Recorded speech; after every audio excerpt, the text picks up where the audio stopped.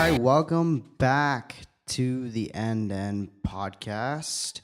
It's Jonathon with you here, and we're changing it up a little bit. It's going to be a solo show now. It's a little different than End2End used to be. Every once in a while, I'm still going to have a co-host. We're still going to talk.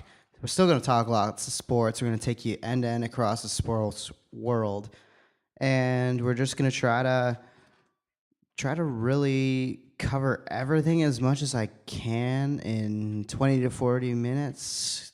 Podcasts are going to be due up on Monday. So I appreciate you tuning in. Appreciate you sticking with us. If you're wondering where I've been, well, mostly doing other shows and living summer and living fall. And now it's 2019 and the sports world on fire right now. It's crazy. It's crazy what's going on right now.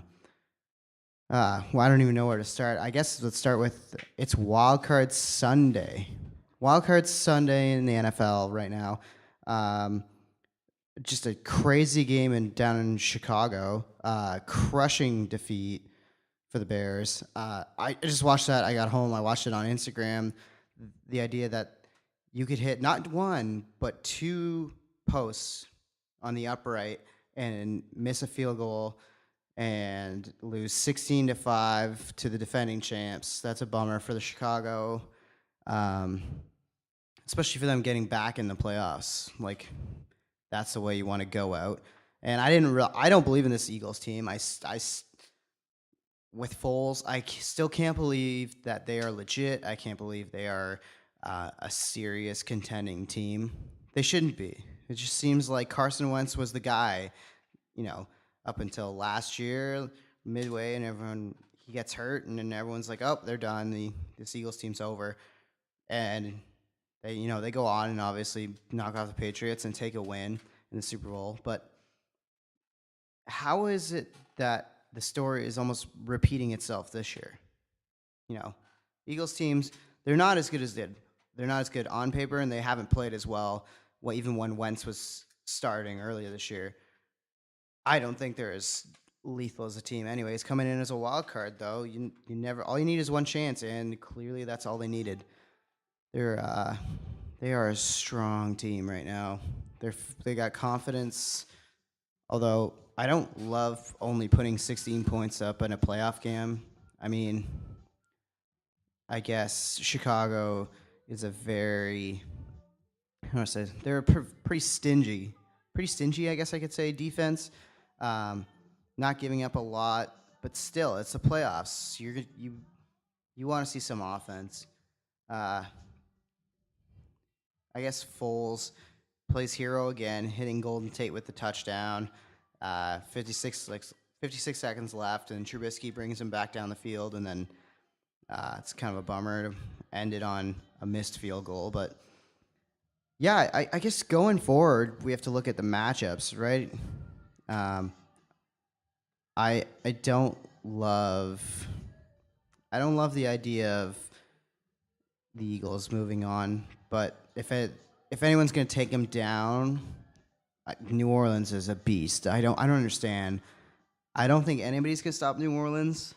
It's going to be tough ask for the Philadelphia to go head to head with the Saints and actually win one.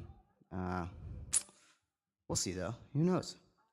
I think the other intriguing game for me is Chargers Patriots. That's going to be huge. Personally, I'm a Patriots fan, so I'm like, okay, all right. But looking at this objectively, I guess for me, I think I got to give the edge to the Chargers, even though they come in having had play an extra game. They were just rolling the last couple of weeks, and the Patriots, they looked thin. They didn't look like strong. They looked like they were coasting, maybe, or maybe they just looked like they were struggling. And I don't think that's the kind of attitude and team mindset you want to have going into a serious matchup against a team that's hot. Los Angeles has been hot. And Rivers has been playing like a beast, playing absolutely out of his mind. He's got a great batch of receivers. I don't know. I guess it's going to be a good one. Um, Indianapolis, I don't really give them very much of a chance. And I don't know what to believe about these Cowboys. I think the Rams, one of my buddies is a big Ram fan, and honestly, I hope for his sake they win because there's a lot of Cowboys fans out there, and I would not want to have to hear that on and on and on and on again. So, so there's that. We'll see. I would take Los Angeles out of that, and Kansas City should just dummy Indianapolis at home. Although their defense is still a question, I don't think Indianapolis is the threat that's gonna expose that defense and really take them out. But I like that matchup. That should be a gunslinging matchup. Los Angeles Dallas should be a good game. Los Angeles Chargers and Patriots. That's the one I think is going to be a stinker. And just in terms of score, I think it's going to be a low scoring game. I think that's gonna be another game like this entire wild card weekend. Like looking at the scores, they were just garbage. Like 21-7 Indianapolis. That's not fun. 16-15. Like I guess if you're a defensive kind of person, maybe it's fun. But after the treat we saw with Kansas City and LA earlier in the year, like I'm all offense. I want to see 50 points by each team a game. Why not? Just sling the ball out there, throw it, crush. But I don't know. I don't know what to predict. My heart says New England should go to the finals against New Orleans, but there's a few other teams I circle that I think can get there. I think the Rams can get there in the NFC, and I think Kansas City's can get there. I think the Chargers can get there. The only team I really don't see going to the Super Bowl is Indianapolis, and I just don't want to believe in Philadelphia, but maybe I have to. Go Birds? Who knows? The other thing wrapping up this weekend was the World Junior Tour tournament, I should say. And how about Finland?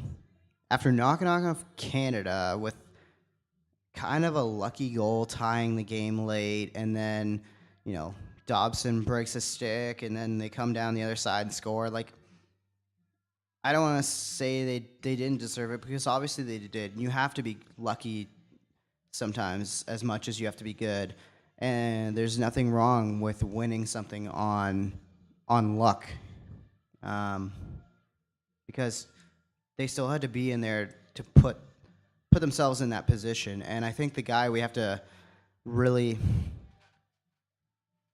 look at when you're like, okay, why was Finland in this position? It's got to be all Ukko-Pekka Luukkonen. I'm going to try to see this. And I should really learn to say it because he is a Buffalo Sabre prospect and probably our goalie of the future. As a Sabres fan, I was watching him closely. Ukko-Pekka Luukkonen. That's how I would say it. Ukko-Pekka Luukkonen. Anyways, I feel like he's going to end up being like UPL when he gets to the NHL. We're just going to call him UPL. So anyways, UPL was the team MVP, absolutely. Just crushed it for the Finns. Right from the get-go, too. Like, if you look back on the round robin, they played Sweden. I think it was the first game, and he absolutely robbed someone on Sweden with a gorgeous save. Sweden still won that game, but the Finns just kept getting better and better, and I think that's because Lehkonen kept getting better and better. And I think what's going to end up overshadowing this win by a very exciting young Finnish team, a team that really took advantage of any opportunity they got. I think it's going to be the way Canadian fans reacted to our loss and the way some of their players really took a lot of heat on the social media. It was just gross. Like a guy like our captain, Comtois, who scored 4 goals in the very first game against Denmark. You got to remember that. Came out of the gates hot, and then, much like the rest of Canada, they just kind of cooled off. They didn't score goals, and that makes it really tough to win in a tournament. I mean, some people are sitting there saying that, oh, maybe they shouldn't have ran up the score. It's karma. But I think just reality is they like cooled off. Their power play was non-existent, and yeah, they just got to be better. But it sucks that it happened on home ice. But they're not going to win every year, and I think we have to recognize that we aren't the superior hockey power every year. I think there's almost 6 legitimate teams every year. With I think the Swiss and the Czechs, they kind of rotate out. The Swiss didn't look good early, but they really came on hot and ended up in the bronze medal game against Russia and put on a valiant effort, especially after the way that team was in the Buffalo tournament last year. They were just kind of there to hang out, but they had a bunch of young players, and everyone kind of laughed at that coach of the Swiss group last year, saying, "Oh, we don't stand a chance against Canada. They're bigger, they're faster, they're stronger." All he did was tell the truth to the media, and for once, anybody tells the actual truth, and we're crucifying for it. And we think, oh, it was so funny that this guy would go in and tell his parent or players that, oh, yeah, Canada's bigger, stronger. We don't have a chance, but go out there and play as hard as you can. Like, but that was reality. Canada was a bunch of 18 and 19-year-olds in last year's tournament, and the Swiss were 17, 18-year-olds. Now those 17 and 18-year-olds, they come back and they look a lot better. They look stronger. They look older, more mature, and they do better. It's shocking, but it's not at the same time. That's the thing you got to remember about this tournament. It's almost about returnees and what kind of age group you really bring back. Canada brought an older team, a 19-year-old team, really, and I don't know what to say about that team. It seemed like everything was going fine in the first couple of games, and then the going got tough, and their guys there was just no taking advantage of chances, and there was no dangerous chances. Even against Russia in the round robin, you watch that Canada team. There was no pressure on the inside. Everything was kept to the outside, and that's what really beat them. But a team like Switzerland, a team like Finland, there was a lot of opportunistic teams, and those who capitalize on mistakes. And I think you look at the Final Four teams in particular, I'd say 3 out of the 4, they mastered that, taking advantage of the mistake, but playing solidly and not allowing themselves to get too far down. Finland via the goalie, keeping them in it. Russia was kept in by their goalie as well, but also played a strong defensive game. And the Swiss played a strong defensive game, and they played an aggression-based game, and they kind of gave themselves a chance. I don't know. Nothing wrong with it, the way they played. I think the Swiss should be proud. I think a lot of countries should be proud with the way they came. The Czechs were a little disappointing, especially with a guy like Pavel Zadina, the Detroit draft pick, up there. But I think going forward, the big thing to remember about this tournament is that these guys are kids. They're just figuring out how to play. Maybe take it easy on them. Don't be going to Instagram and Twitter and everything else and just cursing them out. It's not worth it. This tournament doesn't mean that much. It's nothing. No sport means as much, or no sport means enough that you should be going and bullying someone on social media over their performance. So, great tournament again. Congrats to Team Finland. Looking forward to seeing UPL, as I'm calling them, in a Buffalo sweater in maybe 2 or 3 years. But for now, let's just remember that Canada will be back. They'll be strong again. Lafreniere will be another year older. Why not allow some guys like him to develop and see what we have next year? Let's move on. In the hockey world, though, let's keep going to the NHL. I don't even know what to say about this season. We're kind of at that blah time. We're approaching the All-Star break. And a lot of people say the standings are over at American Thanksgiving in the NHL. But looking at them now, there's still some battles to be won. Pittsburgh's come on hot lately. They've won 9 in a row, and now they're second behind the Capitals. Washington, Pittsburgh, Columbus in the Metro. That's a pretty solid Metro. Atlantic, Tampa, Toronto, Boston. That's about how that worked out. Looking at those 3 teams in each division, that's, I think, what everyone probably predicted. It's the wild card and the other teams that have caught on and come on strong. I think a lot of people picked the Islanders to finish last in the East. Pretty bad. And they're sitting in the first wild card spot right now. And Buffalo, who was last overall last year, is back right there after a strong 10-game winning stretch back in November. And they're barely hanging on now. They're kind of playing up and down. In their last 10, they're 3-5-2. Eichel's hurt right now. They're just getting their defense healthy again. I think they can hang on, but they really need to pick up the pace again. Jeff Skinner, has been an insane acquisition. He's second overall right now in goals to who is first over right now? What do you got? Let's see here.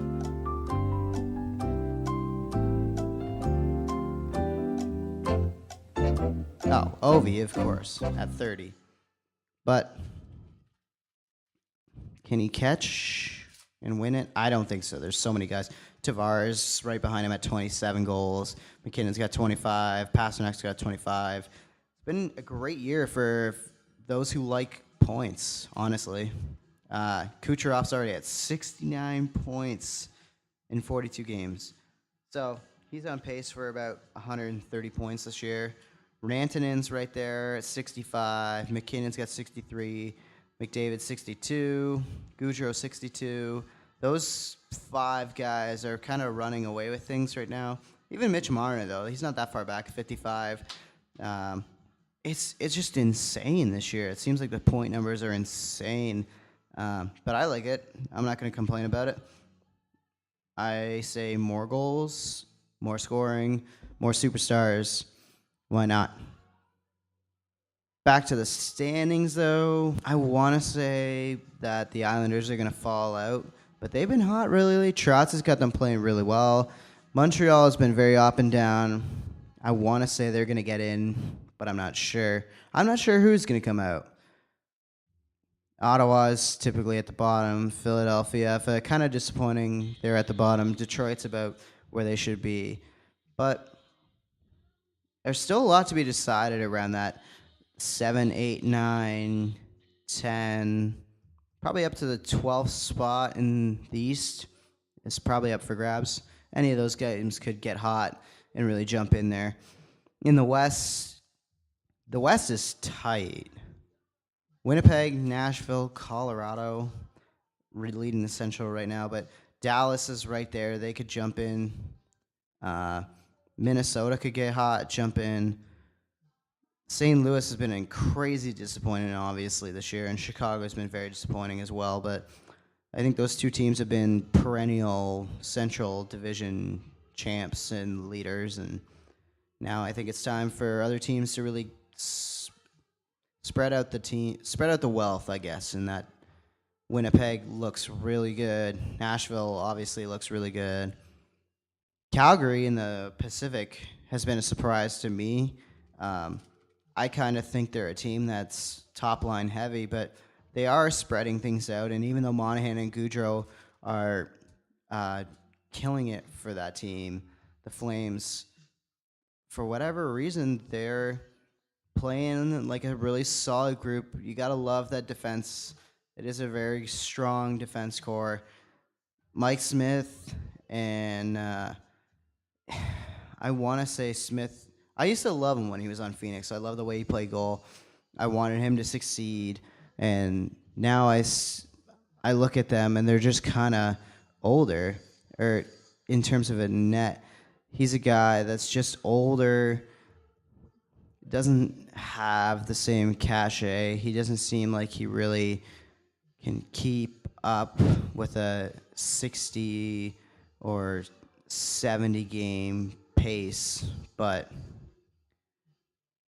they're getting it done. You can't say they're not. David Rittich is a big part of that as well. He's a bit younger, 26, played in 24 games so far. So they kind of split the schedule, and he's got, or he's played in 21, I should say. Appeared in a couple others, but he's got 14 wins in the season. You can't fault him for that. He's done what he's supposed to do. Maybe they can do it with a tandem goalie situation, but I don't believe in this tandem stuff. We'll see going forward. It happens. I think they're going to win the division, but as a playoff team, they got to pick one guy and roll with it. Vegas, Fleury's carried them back up to second through the standings. They started really slowly, but they're 7-1-2 in the last 10. It's pretty strong. San Jose is right there, obviously. Anaheim, they came back up, and I think that's more teams coming back to them, like Vancouver. Edmonton has been a tire fire, and then Hitchcock was hired, and things got better, and it's back to being a tire fire. I don't believe in that team. They need to blow it up.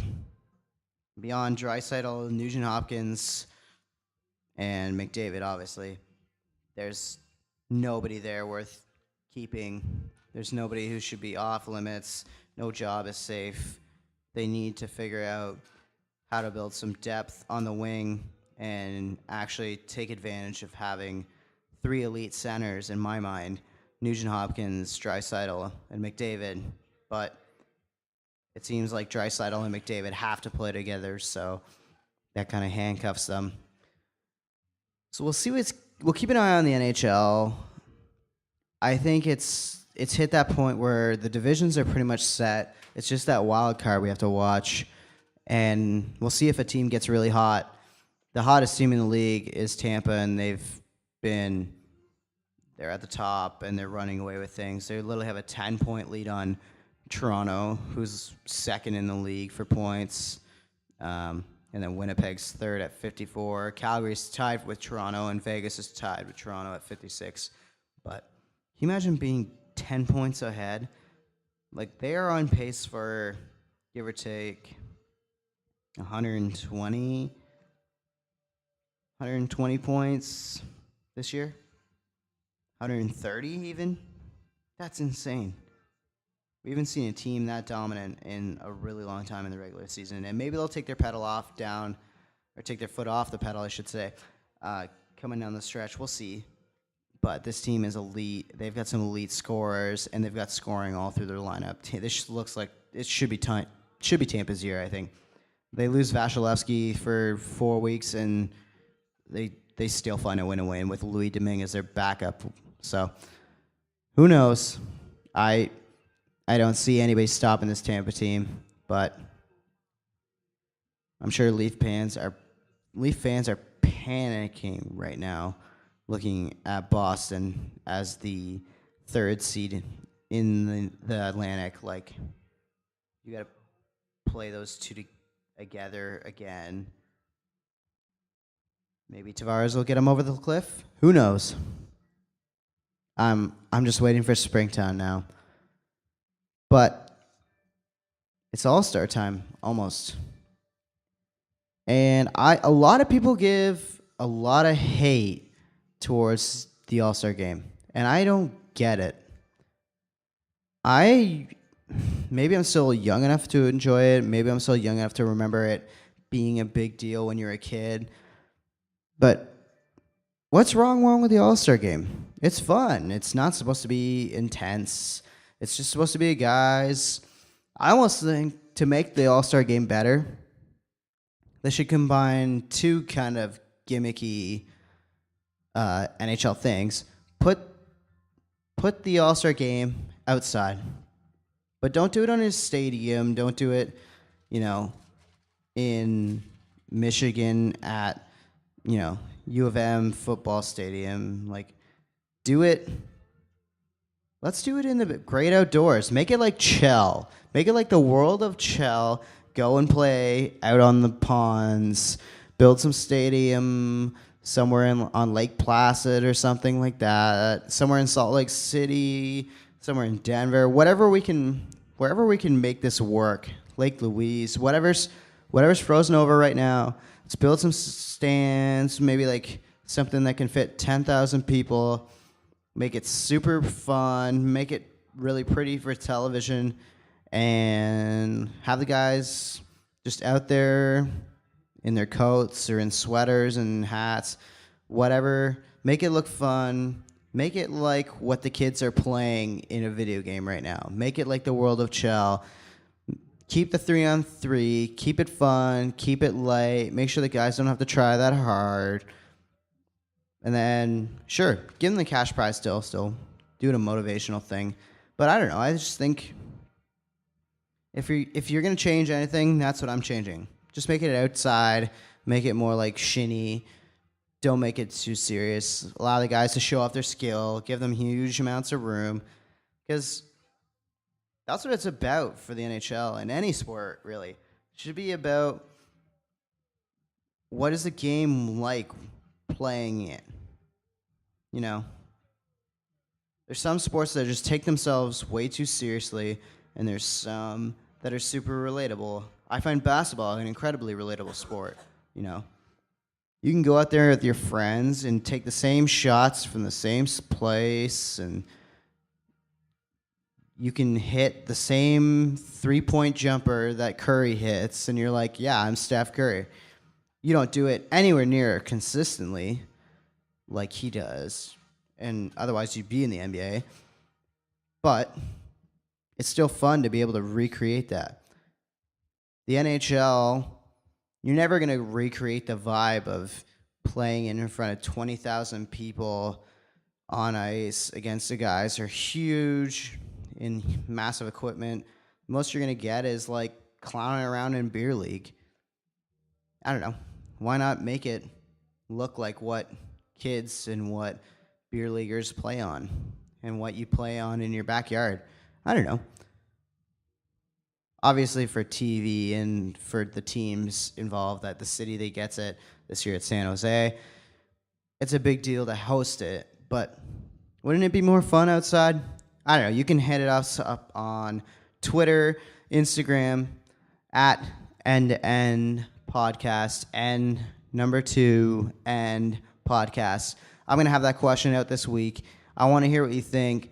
Should the NHL game be outside on a pond hockey style, World of Chell style venue? And for those of you who don't know what I'm talking about with World of Chell, go to YouTube. I'm going to tweet it out anyways. But go to YouTube, search NHL 19, and watch some clips and game footage. Because if you're a gamer, sports gamer like me, you're going to love what you see. And if you're not, you're going to learn that maybe hockey is due to get more outdoorsy, and not football stadium outdoorsy, but mountain backdrop outdoorsy. So a usual staple of the NM podcast is the Motorsport Minute. But we're in January, and there's not a lot of motorsports going on. So yeah, we're going to leave it at that. We'll be back probably 24 hours of Daytona. That's probably going to be the first thing we really touch on. There's a couple events like Supercross just kicked off. If you're a motorcycle fan, can't be prejudiced against the two-wheelers, but that's not really our bag. It's not a thing we show a lot of attention to. But if you want some coverage in it, let us know. Again, Twitter, End2End Podcasts. Just tell me what you think we should be covering in terms of motorsport. I'm going to touch briefly on the San Antonio return for Kawhi, Danny Green, and DeMar DeRozan obviously playing and torching his old team, the Raptors. Of course, he's got to hit his first career triple-double against his old team. Find that motivation, right? But are we surprised? If anything, I'm surprised at the Raptors for not showing up and putting up more of a fight for Kawhi. But it is what it is. It happened. It's over. Let's move on and wait for them to show up in Toronto, because there's bigger and better games like what we saw last night. Obviously, this is Sunday the 6th. So Saturday night, we had the Raptors turning it on late. Not even turning it on late, but kind of coming back to life against a team who is going to be their probably biggest rival in the East. Is, I think, Milwaukee. The Milwaukee Bucks. They are something strong. They look really solid. Giannis is an absolute monster. And I don't know. Why shouldn't they march through the East just like the Raptors should? Kawhi puts up 30. That's not bad. That's not a bad game for Kawhi. I mean, it's a pretty average game for him. He's been lights out. Like, I just come to expect 25, 30 a night from Leonard. Pascal putting up 30. I got time for that. I love that. Serge putting up 25. That's what we need, especially because Lowry's out right now. And we've got Valanciunas still on the shelf as well. So anytime you got guys like that putting up big numbers, even Danny Green getting into double digits, 12 and 9 rebounds, that's a solid night from the guys you need to be the biggest. Can't forget Van Vliet and all that. But then you look at that Milwaukee scorecard, and you're like, well, Giannis, 43 points. And he's got to be looking around at Eddie. Can I get some help? The next guy on his team who's put up points or leading points in that game is Brogdon, and he's got 15. Middleton had 14. Bledsoe had 14. Hill had 11. Brown had 11. Giannis is obviously the MVP of the East, I think. Even as much as we want to give Kawhi love, you can't. Giannis is carrying the Bucks, and they look good because of him. 27-11 and first in the Central. They're only 3 games behind the Raptors, which means that game on Saturday night was even more important because they were trying to stretch things out, right? For me, the Raptors, I think they're kind of coasting. They were really hot to start the year, and everyone was like, "Oh, maybe we're gonna set records for wins. We're not gonna lose more than 10 games all year." Like, no, that's not what the Raptors are gonna do. They're gonna take their foot off at some point. It happens, but they're comfortable. They look good when they want to. They got a 4-game lead on Philly in the division. They got 7 games on Boston. They got 3 games on Milwaukee. They beat Indiana tonight. That's a 6th. Now they're 4 games up on Indiana. And Miami is not even close. They're leading that division, Southeast Division, but with 19. Imagine playing 500 basketball and you're leading a division. But that's what's going on. Looking at the West, I'm still really interested to see how the West plays out because Golden State is coasting, and I think Houston may or may not grab them in the playoffs and really shock the world. Not necessarily because Houston's not good, but because we've just come to expect Golden State to be that team in the West. Everyone talks, if the Raptors are getting to the finals, they're just going to lose to Golden State anyways. Whoa. Let's just cool it. What happens if Houston gets there? Or what if LeBron pulls some magic and that he takes out Houston and or the Warriors? Who knows? You can't tell LeBron he can't do something because I feel like it just makes him want to do it more. Maybe I'm just suffering from a little bit of playoff PTSD with being a Raptors fan for the last couple of years, but who knows? I think the West is still very up in the air, which is not something that I've said or many people have said for the last couple of years in the NBA. All right, I think we're going to wrap things up. Because it's the End2End Sports Podcast, I want to extend it out to you guys. Find me on social media at jhowe_24 or the show at End2End Podcast, and let us know what you want to hear. Let us know what you want to talk about. This is an entire sports world. If you want me to do a segment on the Aussie Open coming up, sure, let's talk tennis. Let's talk about Jeannie Bouchard finally getting back in the win column, even though it was a doubles tournament paired with an American player and wrapping one up, and I believe they were in Auckland. But she's got young Canadian competition right on her heels, so maybe Milos gets back in the mix in Australia. Who knows? We might have any kind of storyline to touch on regarding tennis. We got storylines in soccer. Who knows? I'm not really a footy guy, but this is a sports show. If we want to talk sports, we're going to talk sports. Let us know on Twitter, Instagram, and tell us what you want to hear. And that about does it for things. We're going to see you next week. Looking forward to having some guests. This is going to be a really fun year. It's going to be a really strong year in sports. And I can't wait to see what happens this week. This has been Jonathon Howe. This has been End2End Sports. We'll see you next week.